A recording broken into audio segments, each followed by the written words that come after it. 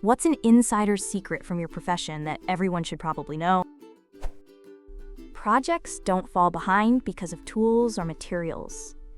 90% of delays come from bad communication and people waiting on answers. Absolutely. I'm at the end of the assembly line, and if a part is wrong, I have to go to the quality control manager, who has to go to the manufacturing engineer, who has to go to engineering, who has to go to the lead engineer, who has to go to purchasing to buy the right part. Then it turns around and comes back to me in that order. I've been waiting on 2 parts for 2 months on a boiler I can't fire up until I get them. It's frustrating. I've had several jobs in several industries, both private and public. This applies to everywhere I've ever worked. Some places are worse than others, but this is the problem every organization is guilty of. Book your hotel room directly through the hotel, not a third-party website. Look at the postmark on your mail. If it says Presorted Standard, it is junk mail. They make it look like important mail, but I never even open it. I just throw it away. They pay a big discount on the mail, so they can mass market it. Presorted first-class mail is mail that you need to open. If it says important, or has any messages of urgency on the outside, it is absolutely not important. Expert craftsmen still make mistakes. They're just way better at hiding them. There's this YouTube channel with a great woodworker. He's usually really precise with his work, but he always has some extra sawdust on hand. When a cut isn't perfect, he mixes the sawdust with glue and fills in the gaps to hide it on the surface. After sanding, it looks just as good. It's less work and waste than having to cut all over again when the piece is slightly off. I work in a medical lab. The number of people who touch things they shouldn't without gloves would make you sick. Senior employees too. File a grievance.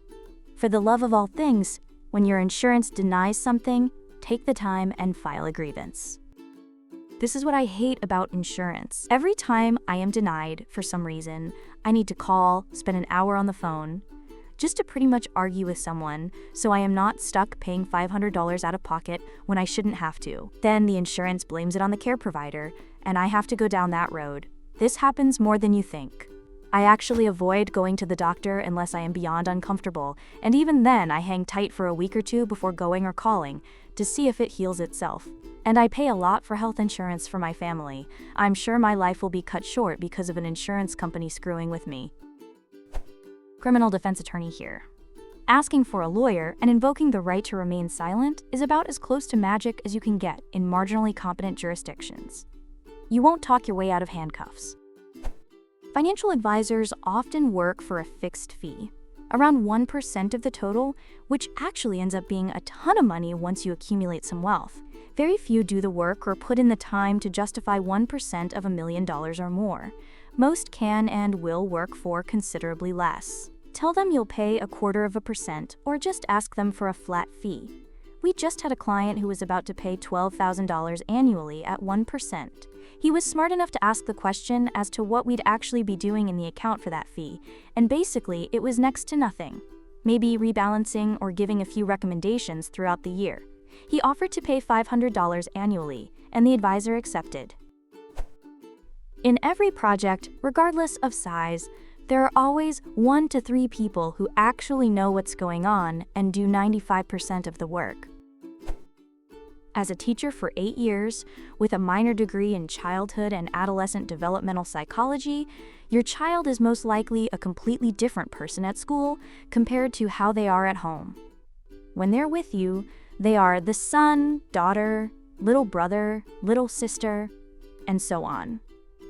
At school, they fit into a different social hierarchy and can be either more or less assertive or involved when they are among children their own age and given a little more autonomy. Some teachers need to learn this. When my first child went to kindergarten, they got suspended repeatedly, and I sat in conferences with the principal where they told me with a straight face that the kid's issue was the lack of at-home discipline. Turns out the issue was autism, and the kid couldn't figure out how to conform. But it took an evaluation to find that out. If you are annoying enough, you can get your way. This shouldn't work, but it does. The problem is that people jump straight to that instead of being nice first. When I was a cashier, I was a lot more likely to bend the rules for friendly people. If you were a jerk, even if I went along with your tantrum, I'd suddenly become much worse at my job. It can backfire spectacularly, but sure, you can. Code blues in hospitals are often horribly traumatic for patients and families. Your 85-year-old loved one with a long list of diagnoses should probably be a DNR, do not resuscitate. American society is far too concerned with quantity of life at the expense of quality of life. In banking, don't be afraid to explicitly ask for a fee refund. As a bank employee, my employer does not want me proactively offering fee refunds. But if you ask for it, I have to at least try to refund it. If you do ask for it, but are denied, know that the decision was likely made by a machine and request a manager to refund it. This works the first, maybe the second time, but will eventually stop working if you make it a habit. For real, it never hurts to ask. Credit cards too. I'm usually on autopay, but there have been a time or two I forgot to set it up and missed a payment and was like, hey, my bad, I thought I had autopay. Can you remove the late payment? And they did. Same with car payments. It's been years, but if there was ever a time where I knew I wouldn't have the money in the bank, I'd just call and ask to have it withdrawn a week later or whatever, and they always allowed it with no penalties. Don't be afraid to say that you don't know the answer to something. Just say that you don't know but will find out, versus lying or making something up. Working in customer service, my favorite line is, "That's a great question. Let me find out for you." You're going to end up looking like a much bigger fool to your subordinates making things up versus admitting you don't know. Just because you're their boss doesn't mean they can't tell when you're lying. Just because they don't know the answer doesn't mean they can't tell you just made one up. 2 things about flying. Aircraft maintenance is constantly rushed, and, while it's an absolute science, the technology is so advanced that sometimes it really doesn't seem to obey the rules. Things work when they shouldn't, and break for no good reason. This means many of the systems on any given plane you might be on are working at barely functioning status. The plane will be fine. Modern aircraft are so monumentally over-engineered for safety of flight that even on the most run-down aircraft, the most likely point of failure is the pilots. Bonus fact, airline pilots are notoriously overworked. When you sort a website by featured or popular, what you're actually doing is sorting by highest margin or most profit. Good thing I always sort by lowest price. Please, for the love of anything, if you find a USB lying around at the office, on the street, at a coffee shop, anywhere, do not plug it into anything. Let your curiosity guide you somewhere else. Plug it into your coworker's laptop. Midwestern grain farmer here. This one is probably going to send a few people off a cliff, but all of you who pay for organic food, it's usually not organic at all, and is just a marketing loophole to get you city folks to pay more for the same stuff.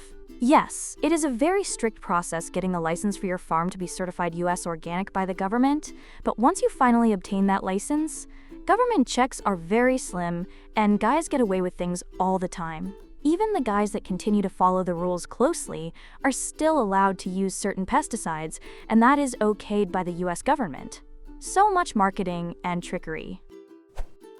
I'm going to tell you to restart your computer 99% of the time, knowing that'll resolve the issue. Costco upholds quality in the industry.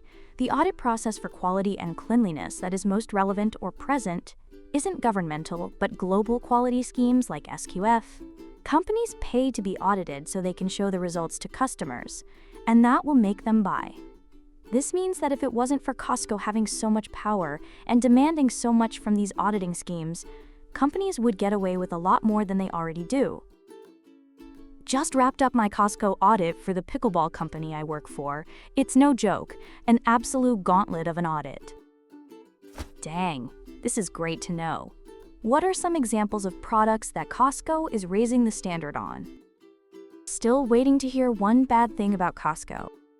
Yep, government is the same entity that looks at food companies and says, okay, that might be too much cockroach feces. Everything you say to an AI chat, especially Copilot, is recorded and analyzed. This goes for everywhere else at work too. If you're on company email, chats, and elsewhere, It's very easy now to see and identify what users in your organization are saying and doing.